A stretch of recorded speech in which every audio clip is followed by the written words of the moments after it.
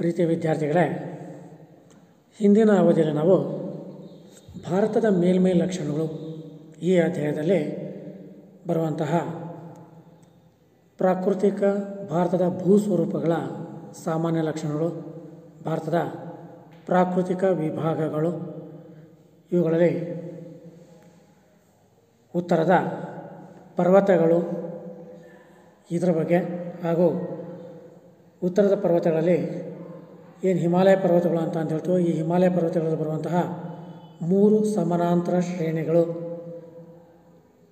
ಅಂದರೆ ಮಹಾ ಹಿಮಾಲಯ ಅಥವಾ ದಿ ಗ್ರೇಟರ್ ಹಿಮಾಲಯ, ಮಧ್ಯ ಹಿಮಾಲಯ ಅಥವಾ ಹಿಮಾಚಲ್ ಅಥವಾ ಒಳ ಹಿಮಾಲಯ, ಮೂರನೇದಾಗಿ ಶಿವಾಲಿಕ್ ಬೆಟ್ಟಗಳು ಹಾಗೂ ಹಿಮಾಲಯ ಪರ್ವತದ ಪ್ರಾಮುಖ್ಯತೆ, ಇವುಗಳ ಬಗ್ಗೆ ನಾವು ಹಿಂದಿನ ಅಧ್ಯಾಯದಲ್ಲಿ ತಿಳ್ಕೊಂಡ್ವಿ. ಇನ್ನು ಉಳಿದಿರುವಂತಹ ವಿಷಯಗಳ ಬಗ್ಗೆ ನಾವು ಈ ಅವಧಿಯಲ್ಲಿ ತಿಳ್ಕೊಳ್ಳೋಣ ಮಕ್ಕಳೇ. ಸರಿ ವಿದ್ಯಾರ್ಥಿಗಳೇ, ಈಗ ನಾವು ಇದುವರೆಗೂ ಭಾರತದ ಪ್ರಾಕೃತಿಕ ಲಕ್ಷಣಗಳಲ್ಲಿ ಮೊದಲನೇ ವಿಭಾಗವಾದಂತಹ ಉತ್ತರದ ಪರ್ವತಗಳು ಇದ್ರ ಬಗ್ಗೆ ನಾವು ತಿಳ್ಕೊಂಡ್ವಿ. ಈಗ ನಾವು ಉತ್ತರದ ಮೈದಾನ ಇದ್ರ ಬಗ್ಗೆ ನಾವು ತಿಳ್ಕೊಳ್ಳೋಣ ಅಂತ ಅಂದ್ಬಿಟ್ಟು, ಹಿಮಾಲಯ ಪರ್ವತಗಳು ಮತ್ತು ಪರ್ಯಾಯ ಪ್ರಸ್ಥಭೂಮಿಯ ನಡುವೆ ಈ ಉತ್ತರದ ಮೈದಾನಗಳು ವಿಸ್ತರಿಸಿದೆ ಅಂತ ಅಂದ್ಬಿಟ್ಟು ನೋಡಿರಿ ಮಕ್ಕಳೇ, ಆ ಚಿತ್ರದಲ್ಲಿ ನೋಡಿರಿ, ಭಾರತದ ನಕಾಶೆಯಲ್ಲಿ ನೋಡಿರಿ, ಅಲ್ಲಿ ಗೊತ್ತಾಗ್ತಿದೆ. ಆ ಹಸಿರು ಬಣ್ಣದಲ್ಲಿ ಏನು ತುಂಬಿರೋದೇನಿದೆಯೋ ಆ ಹಸಿರು ಬಣ್ಣದಲ್ಲಿ ತುಂಬಿರೋದೆ ಉತ್ತರದ ಮೈದಾನಗಳು. ಅಲ್ಲಿ ಕಾಣ್ತಿದೆ ಉತ್ತರದ ಮೈದಾನಗಳು ಅಂತ ಅಂದ್ಬಿಟ್ಟು. ಮೇಲ್ಭಾಗದಲ್ಲಿ ತೋರಿಸಿದೆಯಲ್ಲ ಅದು ಹಿಮಾಲಯ ಪರ್ವತಗಳು ಅಂತ ಅಂದ್ಬಿಟ್ಟು, ಆ ಬೂದು ಕಲರ್ ತುಂಬಿದಲ್ಲ ಅದು, ಇದು ಹಿಮಾಲಯ ಪರ್ವತಗಳು ಮತ್ತು ಪರ್ಯಾಯ ಪ್ರಸ್ಥಭೂಮಿ. ಪರ್ಯಾಯ ಪ್ರಸ್ಥಭೂಮಿ ಅಂತಂದರೆ ಕೆಳಭಾಗದಲ್ಲಿ ಅದು ಇನ್ನೊಂದು ವಿಭಾಗ ನಮ್ಮದು. ಕೆಳಗಡೆಗೆ ಎಲ್ಲೋ ಕಲರ್ ಭಾಗ ಇದೆಯಲ್ಲ, ಆ ಎಲ್ಲೋ ಕಲರ್ ಭಾಗ ಇದೆಯಲ್ಲ ಅದಕ್ಕಿಂತಲೂ ಹಳದಿ ಭಾಗ ಮತ್ತು ಮೇಲ್ಗಡೆ ಬೂದು ಬಣ್ಣ ಇದೆಯಲ್ಲ ಅದರ ಮಧ್ಯದಲ್ಲಿರುವಂತಹ ಹಸಿರು ಬಣ್ಣನೇ ಉತ್ತರದ ಮೈದಾನಗಳು ಅಂತ ಅಂದ್ಬಿಟ್ಟು, ಇದು ಹಿಮಾಲಯ ಪರ್ವತ ಮತ್ತು ಪರ್ಯಾಯ ಪ್ರಸ್ಥಭೂಮಿ ಮಧ್ಯದಲ್ಲಿ, ಅಂದರೆ ಉತ್ತರದಲ್ಲಿ ಹಿಮಾಲಯ ಪರ್ವತಗಳು ಮತ್ತು ದಕ್ಷಿಣದಲ್ಲಿ ಪರ್ಯಾಯ ಪ್ರಸ್ಥಭೂಮಿ ಸರಹದ್ದಾಗಿ ಇದಕ್ಕೆ ಹೊಂದಿದೆ ಅಂತ ಅಂದ್ಬಿಟ್ಟು. ಈ ಉತ್ತರದ ಮೈದಾನ ಸಟ್ಲೇಜ್ ನದಿ, ಗಂಗಾ ನದಿ ಮತ್ತು ಬ್ರಹ್ಮಪುತ್ರ ನದಿ ಹಾಗೂ ಈ 3 ನದಿಗಳ ಸಂಚಯ ಕಾರ್ಯದಿಂದ ಈ ಉತ್ತರದ ಮೈದಾನಗಳು ನಿರ್ಮಾಣವಾಗಿದೆ ಮಕ್ಕಳೇ. ಹಾಗಾಗಿ ಇದು ವ್ಯವಸಾಯಕ್ಕೆ ಯೋಗ್ಯವಾಗಿದೆ ಅಂತ ಅಂದ್ಬಿಟ್ಟು. ಪ್ರಪಂಚದ ಅತಿ ವಿಶಾಲವಾದಂತಹ ಮೆಕ್ಕಲು ಮಣ್ಣಿನ ಮೈದಾನವಾಗಿದೆ ಇದು. ಪ್ರಪಂಚದ ಅತ್ಯಂತ ವಿಶಾಲವಾದಂತಹ ಅಥವಾ ವಿಸ್ತಾರವಾದಂತಹ ಮೆಕ್ಕಲು ಮಣ್ಣಿನ ಮೈದಾನವಾಗಿದೆ. ಈ ಕಡೆಗೆ ಬಲಭಾಗದಲ್ಲಿ ಕಾಣ್ತಿದೆಯಲ್ಲ ಅದು ವಿಶಾಲವಾದಂತಹ ಮೆಕ್ಕಲು ಮಣ್ಣಿನ ಮೈದಾನ ಅಂತ ಅಂದ್ಬಿಟ್ಟು, ಸಟ್ಲೇಜ್, ಗಂಗಾ ಮತ್ತು ಬ್ರಹ್ಮಪುತ್ರ ಈ 3 ನದಿಗಳ ಸಂಚಯನ ಕಾರ್ಯದಿಂದ ನಿರ್ಮಾಣವಾಗಿದೆ ಅಂತ ಅಂದ್ಬಿಟ್ಟು. ಪೂರ್ವ ಪಶ್ಚಿಮವಾಗಿ 2500 ಕಿಲೋಮೀಟರ್ ಉದ್ದಕ್ಕೆ ಹರಡಿದೆ ಮಕ್ಕಳೇ. ಈಗ ಕ್ಲಿಯರಾಗಿ ಕಾಣ್ತಿದೆ ನೋಡಿರಿ ಮಕ್ಕಳೇ ನಿಮಗೆ, ಇದು ಭಾರತದ ಉತ್ತರದ ಮೈದಾನಗಳು ಅಂತ ಅಂದ್ಬಿಟ್ಟು. ಏನು ಹಸಿರು ಬಣ್ಣದಲ್ಲಿ ಕ್ಲಿಯರಾಗಿ ಏನು ಮಾರ್ಕ್ ಮಾಡಿದ್ರಲ್ಲ ಅದು ಉತ್ತರದ ಮೈದಾನ ಅಂತ ಹೇಳ್ತೀವಿ, ಅಥವಾ ಗಂಗಾ ನದಿಯ ಮುಖಜ ಭೂಮಿ ಅಂತಲೂ ಕರೀತಾರೆ. ಇದನ್ನು ಉತ್ತರದ ಮೈದಾನ ಅಥವಾ ಮಹಾ ಮೈದಾನ ಅಂತ ಹೇಳ್ತೀವಿ ಅಂತ ಅಂದ್ಬಿಟ್ಟು. ಇದು ಪೂರ್ವ ಪಶ್ಚಿಮವಾಗಿ 2500 ಕಿಲೋಮೀಟರ್ ಉದ್ದವಾಗಿ ಹಬ್ಬಿದೆ ಅಂತ ಅಂದ್ಬಿಟ್ಟು. ನೋಡ್ರಿ, ಗಂಗಾ ನದಿ ಕಾಣ್ತಿದೆ, ಬ್ರಹ್ಮಪುತ್ರ ನದಿಯ ಹೆಸರು ಕಾಣ್ತಾ ಇದೆ, ನಂತರ ಸಟ್ಲೇಜ್ ನದಿ ಹೆಸರು ಕಾಣ್ತಿದೆ ನೋಡ್ರಿ.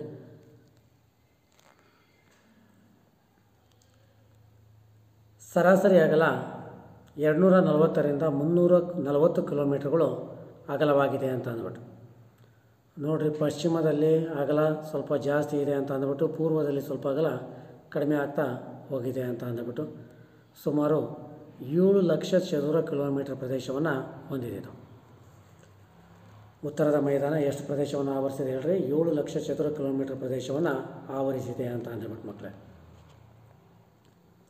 ಸಮತಟ್ಟಾದ ಮೈದಾನವಾಗಿದೆ ಅಂತ ಅಂದ್ಬಿಟ್ಟು. ಇದರ ಮೇಲ್ಭಾಗದಲ್ಲಿ ಎಲ್ಲಿಯೂ ಕಲ್ಲುಗಳು ಕಂಡು ಬರುವುದಿಲ್ಲ ಅಂತ ಅಂದರು. ಯಾಕಂದರೆ ನದಿಯ ಮೆಕ್ಕಲು ಕಣಗಳ ಸಂಚಯನದಿಂದ ಕಂಡು ಬರೋದ್ರಿಂದ ಇಲ್ಲಿ ಯಾವುದೇ ರೀತಿಯಾದಂಥ ಕಲ್ಲುಗಳು ಕಂಡು ಬರೋದಿಲ್ಲ ಅಂತ ಅಂದ್ಬಿಟ್ಟು ಮಕ್ಕಳೇ.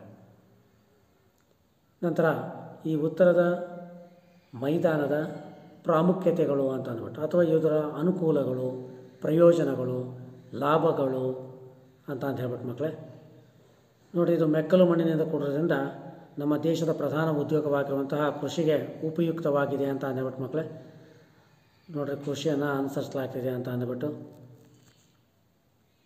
ಸಾರಿಗೆ ಮತ್ತು ಸಂಪರ್ಕಕ್ಕೆ ಯೋಗ್ಯವಾಗಿದೆ.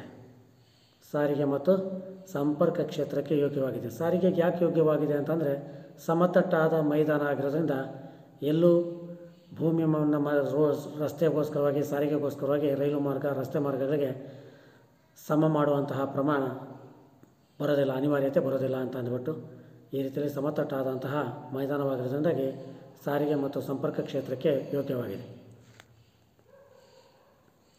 ಕೈಗಾರಿಕೀಕರಣ ಮತ್ತು ನಗರೀಕರಣಕ್ಕೆ ಉತ್ತಮವಾಗಿದೆ ಅಂತ ಅಂದ್ಬಿಟ್ಟು. ಕೈಗಾರಿಕೀಕರಣ ಮತ್ತು ನಗರೀಕರಣಕ್ಕೆ ಉತ್ತಮವಾಗಿದೆ ಅಂತ ಅಂದ್ಬಿಟ್ಟು ನೋಡಿರಿ, ಮೆಕ್ಕಲು ಮಣ್ಣಿನಿಂದ ಒಳಗೊಂಡಿದೆ ಅಂತ ಅಂದ್ಬಿಟ್ಟು ಕೃಷಿ ಪ್ರಮುಖವಾದಂಥ ಉದ್ಯೋಗವಾಗಿದೆ ಅಂತ ಹೇಳ್ತೀವಿ. ಅದಕ್ಕೋಸ್ಕರವಾಗಿ ಕೃಷಿ ಆಧಾರಿತ ಕೈಗಾರಿಕೆಗಳು ಸಾಕಷ್ಟು ಪ್ರಮಾಣದಲ್ಲಿ ಸ್ಥಾಪನೆ ಆಗ್ತವೆ ಅಂತ ಅಂದ್ಬಿಟ್ಟು. ಜನಸಂಖ್ಯೆ ಜಾಸ್ತಿ ಆಗ್ತದೆ, ಕೈಗಾರಿಕೆಗಳು ಬೆಳೆಯೋದ್ರಿಂದಾಗಿ ನಗರಗಳು ಸಹ ಸ್ಥಾಪನೆ ಆಗ್ತದೆ ಅಂತ ಅಂದ್ಬಿಟ್ಟು. ಇದರಿಂದಾಗಿ ವ್ಯಾಪಾರ ಅಭಿವೃದ್ಧಿ ಆಗುತ್ತೆ ಅಂತ ಅಂದ್ಬಿಟ್ಟು ನೋಡಿರಿ, ಕೃಷಿಗೆ ಉಪಯುಕ್ತವಾಗಿದೆ, ಸಾರಿಗೆ ಸಂಪರ್ಕಕ್ಕೂ ಅಭಿವೃದ್ಧಿಯಾಗಿದೆ, ಕೈಗಾರಿಕೀಕರಣ ಮತ್ತು ನಗರೀಕರಣಕ್ಕೆ ಅಭಿವೃದ್ಧಿಯಾಗಿದೆ, ವ್ಯಾಪಾರ ಅಭಿವೃದ್ಧಿಯಾಗಿದೆ, ಅನೇಕ ಯಾತ್ರಾ ಸ್ಥಳಗಳಿವೆ ಅಂತ ಅಂದ್ಬಿಟ್ಟು ಮಕ್ಕಳೇ. ಅನೇಕ ಯಾತ್ರಾ ಸ್ಥಳಗಳು ಈ ಭಾಗದಲ್ಲಿ ಕಂಡುಬರುತ್ತೆ ಅಂತ ಅಂದ್ಬಿಟ್ಟು.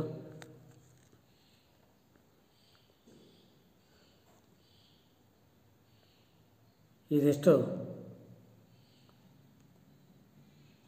ಉತ್ತರದ ಮೈದಾನಗಳಿಗೆ ಸಂಬಂಧಿಸಿದಂತಹ ಮಾಹಿತಿ ಮಕ್ಕಳೇ. ನಾವು ಭಾರತದ ಪ್ರಾಕೃತಿಕ ಲಕ್ಷಣಗಳಲ್ಲಿ ಇದುವರೆಗೆ ನಾವು 2 ವಿಭಾಗಗಳ ಬಗ್ಗೆ ತಿಳ್ಕೊಂಡಿವಿ ಅಂತ ಅಂದ್ಬಿಟ್ಟು. ಒಂದು ಉತ್ತರದ ಪರ್ವತಗಳು, ನಂತರ ಎರಡನೇದು ಉತ್ತರದ ಮಹಾ ಮೈದಾನಗಳ ಬಗ್ಗೆ ತಿಳ್ಕೊಂಡ್ವಿ. ಇನ್ನು 3ನೇ ವಿಭಾಗ ಪರ್ಯಾಯ ಪ್ರಸ್ಥಭೂಮಿ ಅಂತ ಅಂದ್ಬಿಟ್ಟು ಮಕ್ಕಳೇ.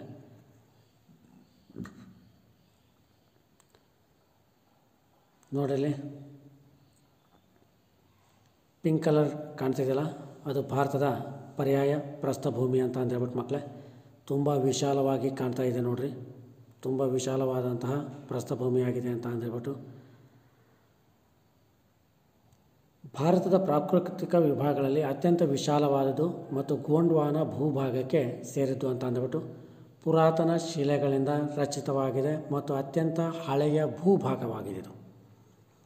ಭಾರತದ ಪ್ರಾಕೃತಿಕ ವಿಭಾಗಗಳಲ್ಲಿ ಅತ್ಯಂತ ವಿಶಾಲವಾದದ್ದು, ವಿಸ್ತಾರವಾದದ್ದು, ಗೋಂಡ್ವಾನ ಭೂಭಾಗಕ್ಕೆ ಸೇರಿದ್ದು, ಅತ್ಯಂತ ಪುರಾತನ ಕಾಲದ್ದು, ಅತ್ಯಂತ ಪುರಾತನ ಶಿಲೆಗಳಿಂದ ರಚಿತವಾಗಿದೆ, ಅತ್ಯಂತ ಹಳೆಯದಾದಂತಹ ಭೂಭಾಗವಾಗಿದೆ ಅಂತ ಅಂದ್ಬಿಟ್ಟು. ಯಾವ್ದು ಹೇಳ್ರಿ? ಪರ್ಯಾಯ ಪ್ರಸ್ಥಭೂಮಿ. ಉತ್ತರದ ಮೈದಾನದಿಂದ ದಕ್ಷಿಣ ಭಾಗದಲ್ಲಿ ಇದೆ ಅಂತ ಅಂದ್ಬಿಟ್ಟು. ಅಂದರೆ ನಾವು ಮೇಲ್ಗಡೆ ನೋಡಿದಾಗ ಮೊದಲು ಹಿಮಾಲಯ ಪರ್ವತಗಳು ಅಂತ ಅಂದಿರ್ತೀವಿ, ಅಥವಾ ಉತ್ತರದ ಪರ್ವತಗಳು ಅಂತ ಅಂದಿರ್ತೀವಿ. ಅದಾದ ನಂತರದಲ್ಲಿ ಉತ್ತರದ ಮೈದಾನಗಳು ಅಂತ ಅಂದಿರ್ತೀವಿ. ಅದಾದ ನಂತರದಲ್ಲಿ ಪರ್ಯಾಯ ಪ್ರಸ್ಥಭೂಮಿ. ಉತ್ತರದ ಮೈದಾನದಿಂದ ದಕ್ಷಿಣ ಭಾಗದಲ್ಲಿದೆ ಮತ್ತು ಸುಮಾರು 16 ಲಕ್ಷ ಚದುರ ಕಿಲೋಮೀಟರ್ ಪ್ರದೇಶವನ್ನು ಇದು ಆವರಿಸಿದೆ. ನೋಡಿರಿ ಎಷ್ಟು ವಿಸ್ತಾರವಾಗಿದೆ ಅಂತ ಅನ್ನೋದು ಗೊತ್ತಾಗುತ್ತೆ. 16 ಲಕ್ಷ ಚದುರ ಕಿಲೋಮೀಟರ್ ಪ್ರದೇಶವನ್ನು ಪರ್ಯಾಯ ಪ್ರಸ್ಥಭೂಮಿ ವಿಸ್ತರಿಸಿದೆ ಅಂತ ಅಂದ್ಬಿಟ್ಟು. ಇದು ತ್ರಿಕೋನಾಕಾರದಲ್ಲಿ ಇದೆ ಅಂತ ಅಂದ್ಬಿಟ್ಟು. ಮೇಲ್ಗಡೆಗೆ ಕೆಳಗಡೆಗೆ ಶೃಂಗಬಿಂದು ಬರುತ್ತೆ ಅಂತ ಅಂದ್ಬಿಟ್ಟು. ದಕ್ಷಿಣ ತುದಿಯು ಕನ್ಯಾಕುಮಾರಿ ಆಗಿದೆ ಅಂತ ಅಂದ್ಬಿಟ್ಟು. ಅನೇಕ ಬೆಟ್ಟ ಮತ್ತು ಪ್ರಸ್ಥಭೂಮಿಗಳಿಂದ ಆವರಿಸಿದೆ ಅಂತ ಅಂದ್ಬಿಟ್ಟು. ಉದಾಹರಣೆಗೆ ಅರಾವಳಿ ಬೆಟ್ಟಗಳು ಮಕ್ಕಳೇ, ಆ ಯೆಲ್ಲೋ ಕಲರಲ್ಲಿ ಸರ್ಕಲ್ ರೊಟೇಟ್ ಆಗ್ತಿದೆಯಲ್ಲ, ಅಲ್ಲಿ ಕಾಣ್ತಿದೆ ನೋಡಿರಿ, ಅರಾವಳಿ ಶ್ರೇಣಿ ಅಂತ ಇದೆ. ಅರಾವಳಿ ಶ್ರೇಣಿಯ ಅತ್ಯಂತ ಎತ್ತರವಾದಂಥ ಶಿಖರ ಯಾವುದು ಅಂತ ಹೇಳ್ತಾರೆ, ಅಲ್ಲೇ ಕಾಣ್ತಿದೆ ನೋಡಿರಿ, ಗುರು ಶಿಖರ ಅಂತ ಅಂದ್ಬಿಟ್ಟು. ಯಾವ್ದು ಹೇಳ್ರಿ? ಗುರು ಶಿಖರ ಅಂತ ಅಂದ್ಬಿಟ್ಟು. ಅರಾವಳಿ ಶ್ರೇಣಿಯ ಮೇಲೆ ಅತ್ಯಂತ ಎತ್ತರವಾದಂಥ ಶಿಖರ ಯಾವುದು? ಗುರು ಶಿಖರ ಅಂತ ಅಂದ್ಬಿಟ್ಟು.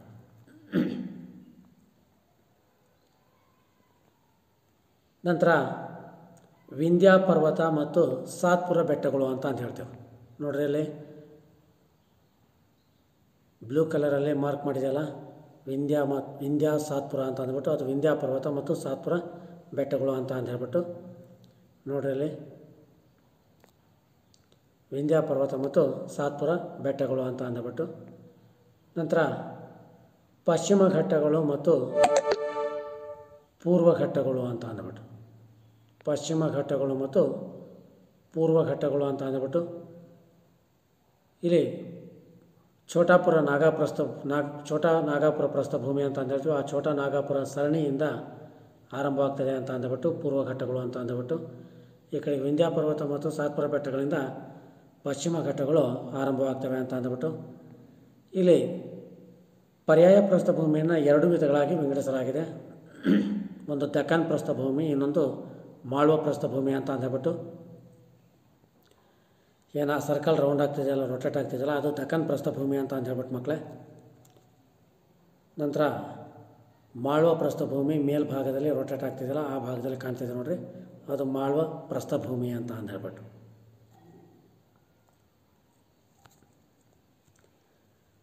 ಅರಾವಳಿ ಸರಣಿ ಪುರಾತನ ಮಡಿಕೆ ಪರ್ವತಗಳಾಗಿದ್ದು ದೇಶದ ವಾಯುವ್ಯ ಭಾಗದಲ್ಲಿ ಇದೆ ಅಂತ ಅಂದ್ಬಿಟ್ಟು ಕಾಣ್ತಿದೆಯಲ್ವ. ಅರಾವಳಿ ಸರಣಿ ಅಲ್ಲಿ ನಾವು ಹೇಳಿದ್ವಿ ಗುರು ಶಿಖರ ಅತ್ಯಂತ ಎತ್ತರವಾದಂತಹ ಶಿಖರ ಅಂತ ಹೇಳಿದ್ವಿ ಅಂತ ಅಂದ್ಬಿಟ್ಟು, ನೋಡಿರಿ ಈ ಕಡೆ ಚಿತ್ರದಲ್ಲಿ ಅರಾವಳಿ ಶಿಖರ ಯಾವ ರೀತಿ, ಅರಾವಳಿ ಸರಣಿ ಯಾವ ರೀತಿಯಲ್ಲಿ ಕಾಣುತ್ತೆ ಅಂತ ಗೊತ್ತಾಗ್ತಿದೆ ನಮಗೆ.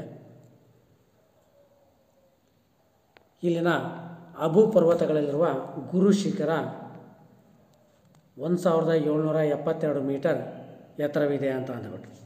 ಎಷ್ಟಿದೆ ಹೇಳ್ರಿ? 1772 ಮೀಟರ್ ಎತ್ತರವಾಗಿದೆ ಅಂತ ಅಂದ್ಬಿಟ್ಟು. ಇದು ಅರಾವಳಿ ಬೆಟ್ಟದಲ್ಲಿರುವಂಥ ಅತ್ಯಂತ ಎತ್ತರವಾದಂತಹ ಶಿಖರವಾಗಿದೆ ಮಕ್ಕಳೇ.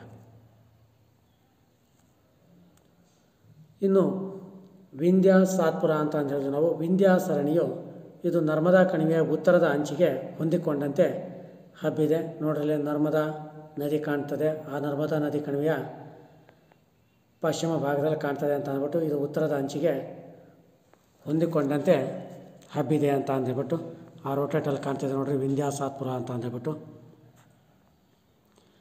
ಇವುಗಳ ದಕ್ಷಿಣಕ್ಕೆ ನರ್ಮದಾ ಮತ್ತು ತಪತಿ ನದಿ ಇದೆ ಅಂತ ಅಂದ್ಬಿಟ್ಟು, ಇವುಗಳ ದಕ್ಷಿಣಕ್ಕೆ ನರ್ಮದಾ ಮತ್ತು ತಪತಿ ನದಿ ಇದೆ ಅಂತ ಅಂದ್ಬಿಟ್ಟು ಅಲ್ಲಿ ಕಾಣ್ತಿದೆ ನೋಡ್ರಿ. ಈ ನರ್ಮದಾ ಮತ್ತು ತಪತಿ ನದಿಗಳು ಪಶ್ಚಿಮದಿಂದ ಪೂರ್ವಕ್ಕೆ ಹರಿತಾವೆ ಮಕ್ಕಳೇ. ಯಾವ ಕಡೆಯಿಂದ ಯಾವ ಕಡೆಗೆ ಹರಿತಾವೆ ನೋಡ್ರಿ? ಪಶ್ಚಿಮದಿಂದ ಪೂರ್ವಕ್ಕೆ ಹರಿತವೆ ಅಂತ ಅಂದ್ಬಿಟ್ಟು.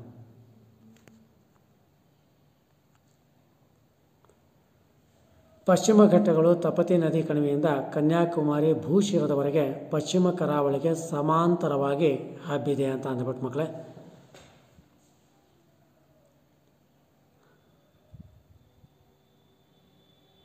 ಪಶ್ಚಿಮ ಘಟ್ಟಗಳು ಅಂತ ಹೇಳ್ತೀವಿ ಮಕ್ಕಳೇ. ಆ ಹಸಿರು ಬಣ್ಣದಲ್ಲಿ ಕಾಣ್ತಿದೆಯಲ್ಲ ಅದು ಘಟ್ಟಗಳು ಅಂತ ಅಂದ್ಬಿಟ್ಟು, ಇಲ್ಲಿ ಅರಬ್ಬಿ ಸಮುದ್ರ ಇದೆಯಲ್ಲ, ಅರಬ್ಬಿ ಸಮುದ್ರದಿಂದ ಈ ಕಡೆ ಕಾಣ್ತಿದೆಯಲ್ಲ ಅದು ಪಶ್ಚಿಮ ಘಟ್ಟಗಳು ಅಂತ ಅಂದ್ಬಿಟ್ಟು. ಅಂದರೆ ಅರಬ್ಬಿ ಸಮುದ್ರದ ಭಾಗದಲ್ಲಿ ಕಾಣ್ತಿರೋದು ಪಶ್ಚಿಮ ಘಟ್ಟಗಳು ಅಂತ ಅಂದ್ಬಿಟ್ಟು, ಅದೇ ಬಂಗಾಳ ಕೊಲ್ಲಿ ಭಾಗದಲ್ಲಿ ಕಾಣ್ತಿದ್ದಿಲ್ಲ ಅದು ಪೂರ್ವ ಘಟ್ಟಗಳು ಅಂತ ಅಂದ್ಬಿಟ್ಟು. ಮತ್ತು ಕೆಳಗಡೆಗೆ ಆರ್ವ ಮಾರ್ಕಲ್ಲಿ ತೋರಿಸ್ತಿದೆ ನಿಮಗೆ ನೀಲಗಿರಿ ಅಂತ ಅಂದ್ಬಿಟ್ಟು, ಅದು ನೀಲಗಿರಿ ಬೆಟ್ಟಗಳು ಅಂತ ಅಂದ್ಬಿಟ್ಟು. ಇಲ್ಲಿ ಪಶ್ಚಿಮ ಘಟ್ಟಗಳು ತಪತಿ ನದಿ ಕಣಿವೆಯಿಂದ ಕನ್ಯಾಕುಮಾರಿ ಭೂಶಿರದವರೆಗೆ ಹಬ್ಬಿದೆ ಅಂತ ಅಂದ್ಬಿಟ್ಟು, ಕರಾವಳಿಗೆ ಸಮಾಂತರವಾಗಿದೆ ಅಂತ ಅಂದ್ಬಿಟ್ಟು. ಈ ಪಶ್ಚಿಮ ಘಟ್ಟಗಳನ್ನು ಸಹ್ಯಾದ್ರಿ ಸರಣಿ ಎಂಬುದಾಗಿ ಸಹ ಕರೆಯಲಾಗ್ತದೆ ಅಂತ ಅಂದ್ಬಿಟ್ಟು ಮಕ್ಕಳೇ. ಏನೆಂಬುದಾಗಿ ಕರಿತೀವಲ್ರಿ? ಸಹ್ಯಾದ್ರಿ ಸರಣಿ ಅಂತಂದು ಕರೆಯಲಾಗ್ತದೆ ಅಂತ ಅಂದ್ಬಿಟ್ಟು. ಈ ಪಶ್ಚಿಮ ಘಟ್ಟಗಳ ನಿರಂತರವಾದಂತಹ ಸರಣಿಗಳಾಗಿವೆ ಮಕ್ಕಳೇ. ಎಂಥ ಸರಣಿ ಆಗಿದೆ ಹೇಳ್ರಿ? ನಿರಂತರವಾದಂತಹ ಸರಣಿಗಳಾಗಿದೆ ಅಂತ ಅಂದ್ಬಿಟ್ಟು. ಇವುಗಳ ಪಶ್ಚಿಮ ಭಾಗ ಕಡಿದಾಗಿದೆ ಮತ್ತು ಪೂರ್ವ ಭಾಗ ಬಳಿದಾಗಿದೆ ಅಂತ ಅಂದ್ಬಿಟ್ಟು. ಬೋರ್ಘಾಟ್, ತಾಲ್ಘಾಟ್, ಪಾಲ್ಘಾಟ್ಗಳು ಇಲ್ಲಿನ ಪ್ರಮುಖವಾದಂತಹ ಪರ್ವತ ಘಾಟಿಗಳಾಗಿವೆ ಅಂತ ಅಂದ್ಬಿಟ್ಟು ಮಕ್ಕಳೇ. ಅಲ್ಲಿ ಚಿತ್ರದಲ್ಲಿ ಕಾಣ್ತಿದೆ ನೋಡ್ರಿ, ಆ ರೀತಿಯಲ್ಲಿ ಪರ್ವತ ಘಾಟಿಗಳು ಕಂಡುಬರುತ್ತೆ ಅಂತ ಅಂದ್ಬಿಟ್ಟು. ಬೋರ್ಘಾಟ್, ತಾಲ್ಘಾಟ್ ಮತ್ತು ಪಾಲ್ಘಾಟ್ಗಳು ಇಲ್ಲಿನ ಪ್ರಮುಖವಾದಂತಹ ಪರ್ವತ ಘಾಟಿಗಳು ಪಶ್ಚಿಮ ಘಟ್ಟಗಳಲ್ಲಿ. ಪಶ್ಚಿಮ ಘಟ್ಟಗಳು ಪಾಲ್ಘಾಟ್ ಕಣಿವೆಯ ದಕ್ಷಿಣಕ್ಕೆ ಅಣ್ಣಾಮಲೈ, ಪಳನಿ ಮತ್ತು ಕಾಡಮಂ ಸರಣಿಗಳು ಮುಂದುವರಿಯುತ್ತದೆ ಅಂತ ಅಂದ್ಬಿಟ್ಟು. ಅಣ್ಣಾಮಲೈ, ಪಳನಿ ಮತ್ತು ಕಾಡಮಂ, ಏನು ಸಹ್ಯಾದ್ರಿ ಅಂತ ಹೇಳಿದ್ರೆ ಇದನ್ನು ಅಣ್ಣಾಮಲೈ ಅಂತಲೂ ಅಂತೀವಿ, ಪಳನಿ ಅಂತ ಹೇಳ್ತೀವಿ, ಮತ್ತು ಕಾಡಮಂ ಅಂತಲೂ ಕರಿತೀವಿ ಅಂತ ಅಂದ್ಬಿಟ್ಟು. ನೋಡಲ್ಲಿ ಕಾಣ್ತಿದೆ ಆಣೆಮುಡಿ ಅಂತ ಅಂದ್ಬಿಟ್ಟು. ಅಣ್ಣಾಮಲೈ ಬೆಟ್ಟಗಳಲ್ಲಿರುವಂತಹ ಆಣೈಮುಡಿ ಅಲ್ಲೇನು ಚಿತ್ರದಲ್ಲಿ ತೋರಿಸ್ತಿದೆ ರೊಟೇಟ್ ಆಗ್ತಿದ್ದೀರ, ಆ ಆಣೈಮುಡಿ 2695 ಮೀಟರ್ ಎತ್ತರವಾಗಿದೆ. ಇದು ದಕ್ಷಿಣ ಭಾರತದ ಅತ್ಯಂತ ಎತ್ತರವಾದಂತಹ ಭಾಗವಾಗಿದೆ ಅಂತ ಅಂದ್ಬಿಟ್ಟು. ದಕ್ಷಿಣ ಭಾರತದ ಅತ್ಯಂತ ಎತ್ತರವಾದಂತಹ ಭೂಭಾಗ ಯಾವುದಪ್ಪ ಅಂದರೆ ಆಣೈಮುಡಿ ಅಂತ ಅಂದ್ಬಿಟ್ಟು, ಅಥವಾ ಆಣೈಮುಡಿ ಅಂತಲೂ ಹೇಳ್ತಾರೆ. ಭಾರತದ ಅತ್ಯಂತ ಎತ್ತರವಾದಂತಹ ಶಿಖರ ಯಾವುದಪ್ಪ ಅಂತಂದರೆ K2 ಅಥವಾ ಗಾಡ್ವಿನ್ ಆಸ್ಟಿನ್ ಅಂತ ಅಂದ್ಬಿಟ್ಟು. ಮಕ್ಕಳ ಪೂರ್ವ ಘಟ್ಟಗಳು ಛೋಟಾ ನಾಗಾಪುರ ಪ್ರಸ್ಥಭೂಮಿ ಅಂತ ಅಂದೇಳು. ಆ ಛೋಟಾ ನಾಗಾಪುರ ಪ್ರಸ್ಥಭೂಮಿಯಿಂದ ದಕ್ಷಿಣಕ್ಕೆ ಬಂದಂತೆಲ್ಲ ಪೂರ್ವ ಘಟ್ಟಗಳು ಕಂಡುಬರ್ತವೆ ಅಂತ ಅಂದ್ಬಿಟ್ಟು. ಇದು ಪೂರ್ವ ಕರಾವಳಿಗೆ ಹೊಂದಿಕೊಂಡಂತೆ ಕಾಣುತ್ತೆ. ಪಶ್ಚಿಮ ಘಟ್ಟಗಳು ಪಶ್ಚಿಮ ಕರಾವಳಿಗೆ ಹೊಂದಿಕೊಂಡಂತೆ ಹಬ್ಬಿರುತ್ತೆ ಅಂತ ಅಂದ್ಬಿಟ್ಟು ಮಕ್ಕಳೇ ನೋಡಿರಿ, ಇವು ಪೂರ್ವ ಘಟ್ಟಗಳು ಭಾರತದ ಪೂರ್ವ ಕರಾವಳಿಗೆ ಹೊಂದಿಕೊಂಡಂತೆ ಹಬ್ಬಿದೆ. ಎಷ್ಟು ಮನೋಹರವಾಗಿದೆ ಅಂತ ಹೇಳ್ಬಿಟ್ಟು ನೋಡ್ರಿ ಮಕ್ಕಳೇ. ಉತ್ತರದಲ್ಲಿ ಮಹಾನದಿ ಕಣಿವೆಯಿಂದ ದಕ್ಷಿಣದಲ್ಲಿ ನೀಲಗಿರಿ ಬೆಟ್ಟಗಳವರೆಗೆ ವಿಸ್ತರಿಸಿದೆ. ಮಹಾನದಿ ಕಾಣ್ತಿದೆಯಲ್ಲ, ಆ ಮಹಾನದಿ ಕಣಿವೆಯಿಂದ ದಕ್ಷಿಣದಲ್ಲಿ ನೀಲಗಿರಿ ಬೆಟ್ಟಗಳವರೆಗೆ ಇದು ವಿಸ್ತರಿಸಿದೆ ಅಂತ ಅಂದ್ಬಿಟ್ಟು, ನೀಲಗಿರಿ ಬೆಟ್ಟಗಳು ಅಂತಂದು ಅಲ್ಲಿ ತೋರಿಸಿದ್ರೆ ನೋಡಿರಿ, ನೀಲಗಿರಿ ಅಂತ ಅಂದ್ಬಿಟ್ಟು ಅಲ್ಲಿವರೆಗೆ ಇದು ವಿಸ್ತರಿಸಿದೆ ಮಕ್ಕಳೇ.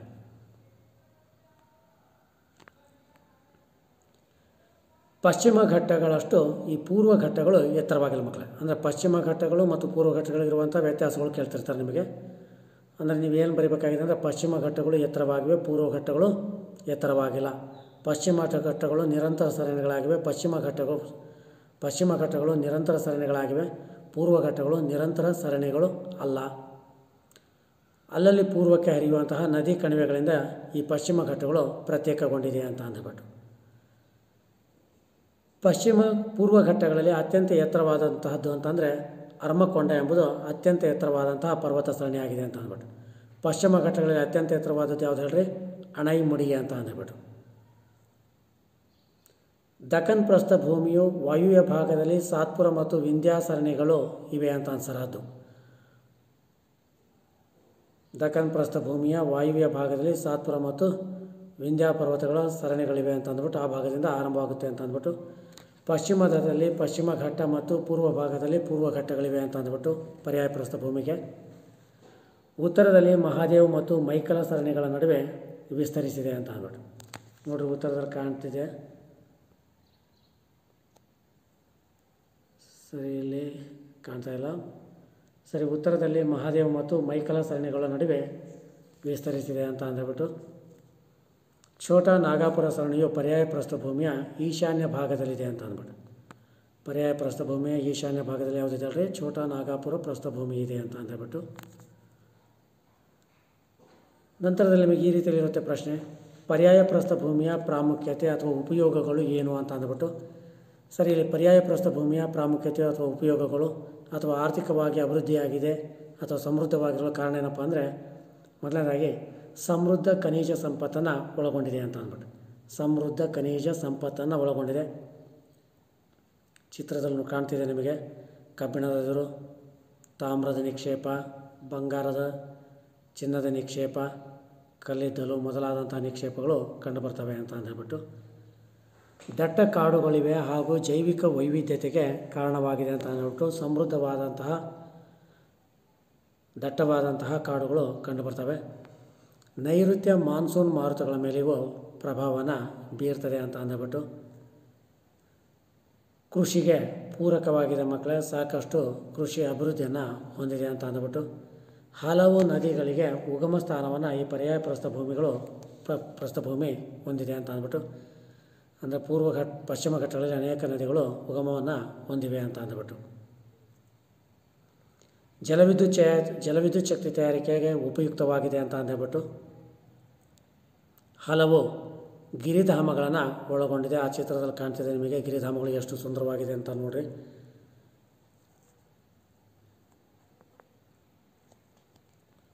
ಮಕ್ಕಳೇ, ನಂತರದಲ್ಲಿ 4ನೇದಾಗಿ ಕರಾವಳಿ ಮೈದಾನಗಳು ಅಂತ ಅಂದ್ಬಿಟ್ಟು. ಏನು ಹೇಳ್ರಿ? ಕರಾವಳಿ ಮೈದಾನ ಅಂತ ಅಂದ್ಬಿಟ್ಟು. ಭಾರತದ ಪರ್ಯಾಯ ಪ್ರಸ್ಥಭೂಮಿಯ ಎರಡೂ ಬದಿಗಳು ಸಮುದ್ರ ತೀರಗಳನ್ನು ಹೊಂದಿದೆ ಅಂತ ಅಂದ್ಬಿಟ್ಟು ನಾವು ಆಗಲೇ ಚಿತ್ರದಲ್ಲಿ ತೋರಿಸಿದಾಗ ಕಾಣ್ತಿತ್ತದು. ಪಶ್ಚಿಮ ಘಟ್ಟಗಳು ಮತ್ತು ಅರಬ್ಬಿ ಸಮುದ್ರದ ಮಧ್ಯದಲ್ಲಿ ಪೂರ್ವ ಘಟ್ಟಗಳು ಮತ್ತು ಬಂಗಾಳ ಕೊಲ್ಲಿಯ ಮಧ್ಯದಲ್ಲಿ ಎರಡೂ ಬದಿಗಳಲ್ಲಿ ಈ ಕರಾವಳಿ ಪ್ರದೇಶಗಳು ಅಥವಾ ಮೈದಾನಗಳು ಕಂಡುಬರುತ್ತೆ ಅಂತ ಹೇಳ್ಬಿಟ್ಟು ಮಕ್ಕಳೇ. ಭಾರತದ ಕರಾವಳಿಯು ಪಶ್ಚಿಮದಲ್ಲಿ ಕಚ್ನಿಂದ ಪೂರ್ವ ಭಾಗದಲ್ಲಿ ಗಂಗಾ ನದಿಯ ಮುಖಜ ಭೂಮಿಯವರೆಗೆ ಹಬ್ಬಿದೆ ಮಕ್ಕಳೇ. ಅಲ್ಲಿ ಕಾಂಡ್ಲಾ ಅಂತ ಅಂದಿಲ್ಲ, ಆ ಕಾಂಡ್ಲದಲ್ಲಿದೆಯಲ್ಲ ಆ ಭಾಗದನೇ ಕಚ್ ಭಾಗ ಅಂತ ಹೇಳ್ತೀವಿ. ಆ ಕಚ್ ಭಾಗದಿಂದ ಗಂಗಾ ನದಿಯ ಮುಖಜ ಭೂಮಿಯವರೆಗೆ ಈ ಕಡೆಗೆ ಕೋಲ್ಕತ್ತಾ ಅಂತ ಹೇಳ್ತೀವಲ್ಲ ಅಲ್ಲೇ ತನಕನೂ ಹಬ್ಬಿದೆ ಮಕ್ಕಳೇ. ಭಾರತದ ಕರಾವಳಿ ಮೈದಾನವನ್ನು ಪಶ್ಚಿಮ ಕರಾವಳಿ ಮತ್ತು ಪೂರ್ವ ಕರಾವಳಿ ಎಂಬುದಾಗಿ ವಿಂಗಡಿಸಲಾಗಿದೆ ಮಕ್ಕಳೇ. ಆಗಲೇ ನಾವು ಪಶ್ಚಿಮ ಘಟ್ಟಗಳು ಮತ್ತು ಪೂರ್ವ ಘಟ್ಟಗಳು ಅಂತ ಹೇಳಿದ್ವಿ. ಇಲ್ಲಿ ಅದೇ ರೀತಿಯಲ್ಲಿ ಪೂರ್ವ ಕರಾವಳಿ ಮತ್ತು ಪಶ್ಚಿಮ ಕರಾವಳಿ ಎಂಬುದಾಗಿ ವಿಂಗಡಿಸಲಾಗಿದೆ ಅಂತ ಹೇಳ್ಬಿಟ್ಟು ಮಕ್ಕಳೇ. ಪಶ್ಚಿಮ ಕರಾವಳಿ ಯಾವ ಭಾಗದಲ್ಲಿ ಬರುತ್ತೆ ಅಂದರೆ ಅರಬ್ಬಿ ಸಮುದ್ರ ಇದೆಯಲ್ಲ ಆ ಭಾಗದಲ್ಲಿ ಪಶ್ಚಿಮ ಕರಾವಳಿ, ಪೂರ್ವ ಭಾಗದಲ್ಲಿ ಪೂರ್ವ ಕರಾವಳಿ ಕಂಡುಬರುತ್ತೆ ಬಂಗಾಳ ಕೊಲ್ಲಿಯಲ್ಲಿ ಅಂತ ಅಂದ್ಬಿಟ್ಟು. ಪಶ್ಚಿಮ ಕರಾವಳಿ ಮೈದಾನವು ಪಶ್ಚಿಮ ಘಟ್ಟ ಮತ್ತು ಅರಬ್ಬಿ ಸಮುದ್ರಗಳ ನಡುವೆ ಕಂಡುಬರ್ತದೆ ಅಂತ ಅಂದ್ಬಿಟ್ಟು. ನೋಡಿರಿ ಆಗಲೇ ಹೇಳಿದ್ವಿ ನಾವು, ಅರಬ್ಬಿ ಸಮುದ್ರ ಇದೆ, ಜೊತೆಗೆ ಅರಬ್ಬಿ ಸಮುದ್ರ ಆದಮೇಲೆ ಪಶ್ಚಿಮ ಘಟ್ಟ ಬರುತ್ತೆ, ಪಶ್ಚಿಮ ಘಟ್ಟ ಆದಮೇಲೆ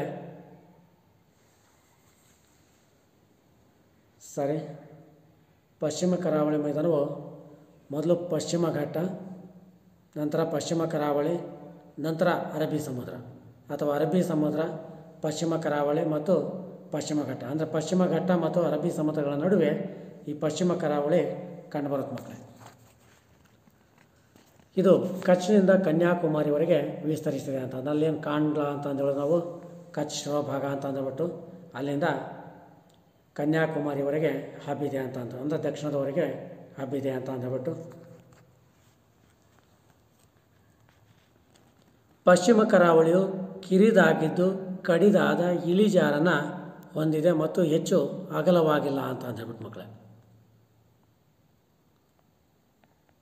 ಪಶ್ಚಿಮ ಕರಾವಳಿಯನ್ನು 3 ಭಾಗಗಳಾಗಿ ವಿಂಗಡಿಸಬಹುದು ಅಂತ ಅಂದ್ಬಿಟ್ಟು. ಯಾವ್ಯಾವು ಅಂತಂದರೆ, ಒಂದು ಕೊಂಕಣ ತೀರ ಅಂತ ಅಂದ್ಬಿಟ್ಟು ಅಲ್ಲಿ ನಕಾಶೆಯಲ್ಲಿ ಕಾಣ್ತಿದೆ ನೋಡಿರಿ, ಮುಂಬೈ ನಂತರದಲ್ಲಿ ಕೊಂಕಣ ಅಂತ ಕಾಣ್ತಿದ್ದಲ್ಲ ಅದು ಕೊಂಕಣ ತೀರ ಅಂತ ಅಂದ್ಬಿಟ್ಟು. ಈ ಕೊಂಕಣ ತೀರ ಎಲ್ಲಿಂದ ಎಲ್ಲಿವರೆಗೆ ಬರುತ್ತಪ್ಪ ಅಂದರೆ ಗುಜರಾತ್ ಮೈದಾನ, ಅಲ್ಲಿ ಕಾಂಡ್ಲಾ ಅಂತ ತೋರಿಸ್ತಿದೆ ಅಲ್ಲಿಂದ ಆ ಗುಜರಾತ್ ಮೈದಾನದ ದಕ್ಷಿಣದಲ್ಲಿದ್ದು ದಾಮನ್ನಿಂದ ಗೋವಾದವರೆಗೆ ವಿಸ್ತರಿಸಿದೆ ಅಂತ. ಅಂದರೆ ಗೋವಾ ರಾಜ್ಯ ಇದೆಯಲ್ಲ ಅಲ್ಲೇ ತನಕ ವಿಸ್ತರಿಸಿದೆ ಅಂತ ಕರಿತೀವಿ ನಾವು, ಕೊಂಕಣ ತೀರ ಅಂತ ಹೇಳ್ತೀವಿ. ನಂತರದಲ್ಲಿ ಕರ್ನಾಟಕ ತೀರ ಆ ನಕಾಶೆಯಲ್ಲಿ ಕಾಣ್ತಿದೆ ನೋಡ್ರಿ ಮಕ್ಕಳೇ, ಇದು ಗೋವಾದಿಂದ ಕರ್ನಾಟಕದ ಮಂಗಳೂರುವರೆಗೆ ವಿಸ್ತರಿಸಿದೆ ಮಕ್ಕಳೇ. ಗೋವಾದಿಂದ ಕರ್ನಾಟಕದ ಮಂಗಳೂರುವರೆಗೆ ಯಾವುದು ವಿಸ್ತರಿಸಿದೆ ಹೇಳ್ರಿ, ಕರ್ನಾಟಕ ತೀರ ಅಥವಾ ಕೆನರಾ ಕರಾವಳಿ ಅಂತ ಹೇಳ್ತೀವಿ, ಇದು ವಿಸ್ತರಿಸಿದೆ ಅಂತ ಅಂದ್ಬಿಟ್ಟು. ಇನ್ನು ಕೊನೆಯದಾಗಿ ಮಲಬಾರ್ ತೀರ, ಇದು ಮಂಗಳೂರಿಂದ ಕನ್ಯಾಕುಮಾರಿವರೆಗೆ ಹಬ್ಬಿದೆ ಅಂತ ಅಂದ್ಬಿಟ್ಟು. ಮಲಬಾರ್ ತೀರ ಮಂಗಳೂರಿನಿಂದ ಕನ್ಯಾಕುಮಾರಿವರೆಗೆ ವಿಸ್ತರಿಸಿದೆ ಅಂತ ಅಂದ್ಬಿಟ್ಟು. ಈ ರೀತಿಯಲ್ಲಿ ಪಶ್ಚಿಮ ಕರಾವಳಿಯನ್ನು 3 ಭಾಗಗಳಾಗಿ ವಿಂಗಡಿಸಲಾಗಿದೆ. ಕೊಂಕಣ ತೀರ, ಕರ್ನಾಟಕ ತೀರ, ಮಲಬಾರ್ ತೀರ ಅಂತ ಅಂದ್ಬಿಟ್ಟು. ನಂತರ ಪೂರ್ವ ಕರಾವಳಿ. ಈ ಪೂರ್ವ ಕರಾವಳಿ ಮೈದಾನವು ಸುವರ್ಣರೇಖಾ ನದಿಯ ಉತ್ತರ ಭಾಗದಿಂದ ಕನ್ಯಾಕುಮಾರಿವರೆಗೆ ವಿಸ್ತರಿಸಿದೆ ಅಂತ ಹೇಳ್ಬಿಟ್ಟು ಮಕ್ಕಳೇ. ಯಾವ ನದಿಯಿಂದ ಹೇಳ್ರಿ, ಸುವರ್ಣರೇಖಾ ನದಿಯ ಉತ್ತರ ಭಾಗದಿಂದ ಕನ್ಯಾಕುಮಾರಿವರೆಗೆ ವಿಸ್ತರಿಸಿದೆ ಅಂತ ಅಂದ್ಬಿಟ್ಟು.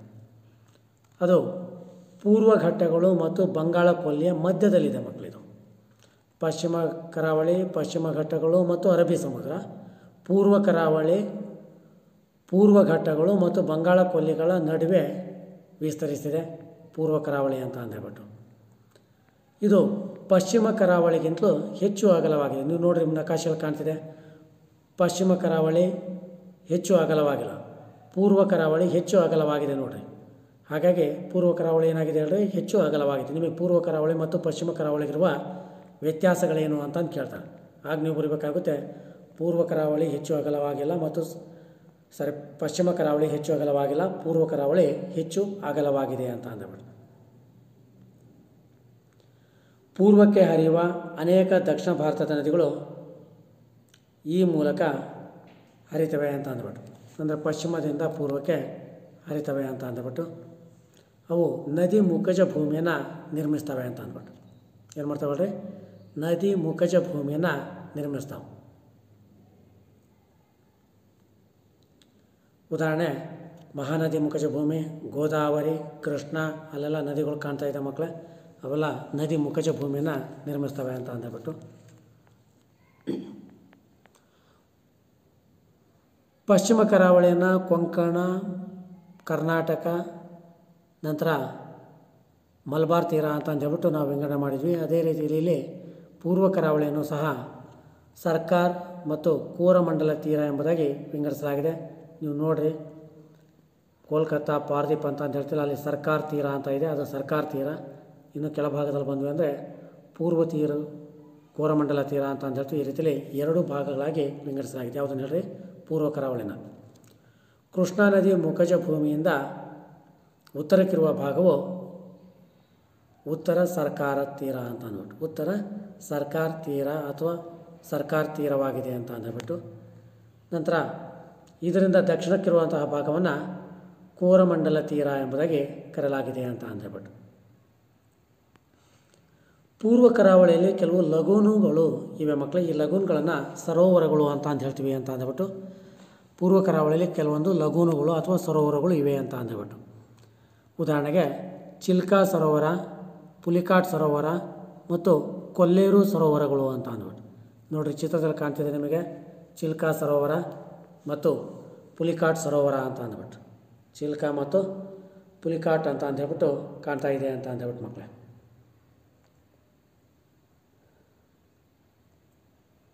ಈ ಕರಾವಳಿಗಳು ನೈಸರ್ಗಿಕ ಬಂದರುಗಳಾಗಿವೆ ಅಂತ ಅಂದ್ಬಿಟ್ಟು ಮಕ್ಕಳೇ. ಇಲ್ಲಿ ಪ್ರಶ್ನೆ ಈ ರೀತಿಯಲ್ಲಿ ಇರ್ತದೆ: ಕರಾವಳಿಯ ಪ್ರಾಮುಖ್ಯತೆ ಏನು, ಅಥವಾ ಮಹತ್ವ ಏನು, ಪ್ರಯೋಜನ ಏನು, ಲಾಭ ಏನು, ಅನುಕೂಲಗಳು ಏನು ಅಂತ ಅಂದ್ಬಿಟ್ಟು. ಏನು ಮೊದಲನೇದಾಗಿ ನೈಸರ್ಗಿಕ ಬಂದರುಗಳಾಗಿವೆ, ಅನೇಕ ಹಡಗು ತಾಣಗಳು ಆಗಿವೆ, ಹಡಗುಗಳು ಬಂದು ನಿಲ್ಲುವಂತಹ ಸ್ಥಾನಗಳಾಗಿವೆ ಅಂತ ಅಂದ್ಬಿಟ್ಟು. ಯಾವಾಗ ಈ ಹಡಗುಗಳು ಬಂದು ನಿಲ್ಲಕ್ಕೆ ಅನುಕೂಲ ಆಗುತ್ತೋ ಇದರಿಂದಾಗಿ ವಿದೇಶಿ ವ್ಯಾಪಾರದ ಅಭಿವೃದ್ಧಿಗೆ ಅನುಕೂಲಕರವಾಗಿದೆ ಮಕ್ಕಳೇ. ಮೀನುಗಾರಿಕೆ ಮತ್ತು ಕೃಷಿ ಅಭಿವೃದ್ಧಿಯಾಗಿದೆ ಅಂತ ಅಂದ್ಬಿಟ್ಟು. ನೋಡಲಿ, ಚಿತ್ರದಲ್ಲಿ ನೋಡಿದ್ವಿ ಅಂತಂದರೆ ಸಮುದ್ರ ತೀರದಲ್ಲಿ ಸಾಕಷ್ಟು ರೀತಿಯಾದಂತಹ ಮೀನುಗಾರಿಕೆಯನ್ನು ಮಾಡಲಾಗ್ತದೆ. ಪ್ರಮುಖವಾದಂಥ ಉದ್ಯೋಗವಾಗಿದೆ ಅಂತ ಅಂದ್ಬಿಟ್ಟು. ಕೃಷಿಗೂ ಸಹ ಪೂರಕವಾಗಿದೆ ಅಂತ ಅಂದ್ಬಿಟ್ಟು. ಉಪ್ಪಿನ ತಯಾರಿಕಾ ಕೇಂದ್ರಗಳಾಗಿವೆ ಅಂತ ಅಂದ್ಬಿಟ್ಟು. ನೋಡ್ರಿ, ಉಪ್ಪನ್ನು ತಯಾರಿಸಲಾಗ್ತಿದೆ. ಇವೆಲ್ಲ ಕರಾವಳಿ ಪ್ರದೇಶಗಳ ಪ್ರಾಮುಖ್ಯತೆ ಮಕ್ಕಳೇ. ಹಡಗು ನಿರ್ಮಾಣ ಕೈಗಾರಿಕೆ ಬೆಳವಣಿಗೆಯನ್ನು ಹೊಂದಿದೆ. ಯಾಕೆಂದರೆ ಅದು ಸಮುದ್ರದ ತೀರ ಭಾಗದಲ್ಲಿರೋದ್ರಿಂದ ಹಡಗುಗಳನ್ನಲ್ಲೇ ನಿರ್ಮಾಣ ಮಾಡೋದಕ್ಕೆ ಅನುಕೂಲ ಆಗುತ್ತೆ, ಅಲ್ಲೇ ಸಾರಿಗೆ ವ್ಯವಸ್ಥೆಗೆ ಅನುಕೂಲವಾಗುತ್ತೆ. ಈ ರೀತಿಯಲ್ಲಿ ಹಡಗು ನಿರ್ಮಾಣ ಕೈಗಾರಿಕೆ ಬೆಳವಣಿಗೆಯನ್ನು ಹೊಂದಿದೆ ಅಂತ ಅಂದ್ಬಿಟ್ಟು. ನೌಕಾಯಾನಕ್ಕೆ ಸಹಕಾರಿಯಾಗಿದೆ ಅಂತ ಅಂದ್ಬಿಟ್ಟು.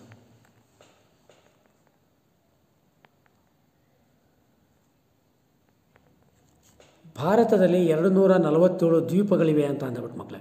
ಕರಾವಳಿ ಪ್ರದೇಶಗಳು ನಂತರದಲ್ಲಿ ದ್ವೀಪಗಳು ಎಷ್ಟಿದ್ದಾವೆ? 247 ದ್ವೀಪಗಳಿವೆ ಅಂತ ಅಂದ್ಬಿಟ್ಟು. ಆ 247 ದ್ವೀಪಗಳಲ್ಲಿ ನೋಡ್ರಿ, ಇಲ್ಲಿ ಭಾರತದ ನಕಾಶೆ ಇದೆಯಲ್ಲ, ಭಾರತ ನಕಾಶೆಯಲ್ಲಿ ಕಾಣ್ತಾ ಇದೆಯಲ್ಲ, ಅರೇಬಿಯನ್ ಸಿ ಅಂತ ಹೇಳ್ತೀವಲ್ಲ, ಅರಬ್ಬಿ ಸಮುದ್ರದಲ್ಲಿ ಮತ್ತು ಬಂಗಾಳ ಕೊಲ್ಲಿಯಲ್ಲಿ ಇವೆ ಅಂತ ಅಂದ್ಬಿಟ್ಟು. ಅದರಲ್ಲಿ ಬಂಗಾಳ ಕೊಲ್ಲಿಯಲ್ಲಿ 204 ದ್ವೀಪಗಳಿವೆ ಮತ್ತು ಅರಬ್ಬಿ ಸಮುದ್ರದಲ್ಲಿ 43 ದ್ವೀಪಗಳಿವೆ ಅಂತ ಅಂದ್ಬಿಟ್ಟು ಮಕ್ಕಳೇ. ಪೂರ್ವ ಭಾಗದಲ್ಲಿ ಬಂಗಾಳ ಕೊಲ್ಲಿ ಅಂತ ಅಂದರೆ ಬೇ ಆಫ್ ಬಂಗಾಳ ಅಂತೀವಲ್ಲ, ಆ ಬೇ ಆಫ್ ಬಂಗಾಳದಲ್ಲಿ 204, ಅರೇಬಿಯನ್ ಸಿ ಅಂತ ಹೇಳ್ತೀವಲ್ಲ, ಅಲ್ಲಿ 43 ದ್ವೀಪಗಳು ಕಂಡುಬರ್ತವೆ ಅಂತ ಅಂದ್ಬಿಟ್ಟು. ನೋಡ್ರಿ, ಆ ದ್ವೀಪಗಳ ಚಿತ್ರ ಎಷ್ಟು ಸುಂದರವಾಗಿದೆ ಅಂತ ಅಂದ್ಬಿಟ್ಟು.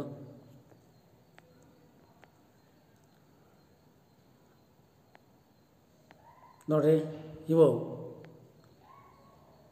ಅರಬ್ಬಿ ಸಮುದ್ರದಲ್ಲಿರೋದು ಅಂಡಮಾನ್ ಐಲ್ಯಾಂಡ್ ಅಂತ ಅಂದ್ಬಿಟ್ಟು. ಅಂದರೆ ಅಂಡಮಾನ್ ಮತ್ತು ನಿಕೋಬಾರ್ ದ್ವೀಪಗಳು ಅಂತ ಅಂದ್ಬಿಟ್ಟು.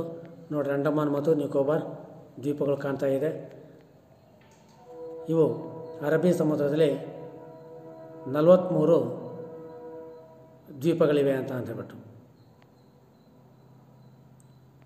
ಇನ್ನು ಬಂಗಾಳ ಕೊಲ್ಲಿಯಲ್ಲಿ ಲಕ್ಷದ್ವೀಪಗಳಿವೆ ಅಂತ ಅಂದ್ಬಿಟ್ಟು.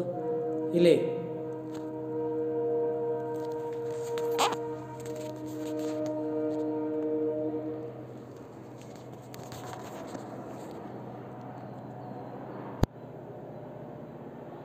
ಈ ಲಕ್ಷದ್ವೀಪಗಳು ಬಂಗಾಳ ಕೊಲ್ಲಿಯಲ್ಲಿವೆ ಅಂತ ಹೇಳ್ಬಿಟ್ಟು ಮಕ್ಕಳೇ.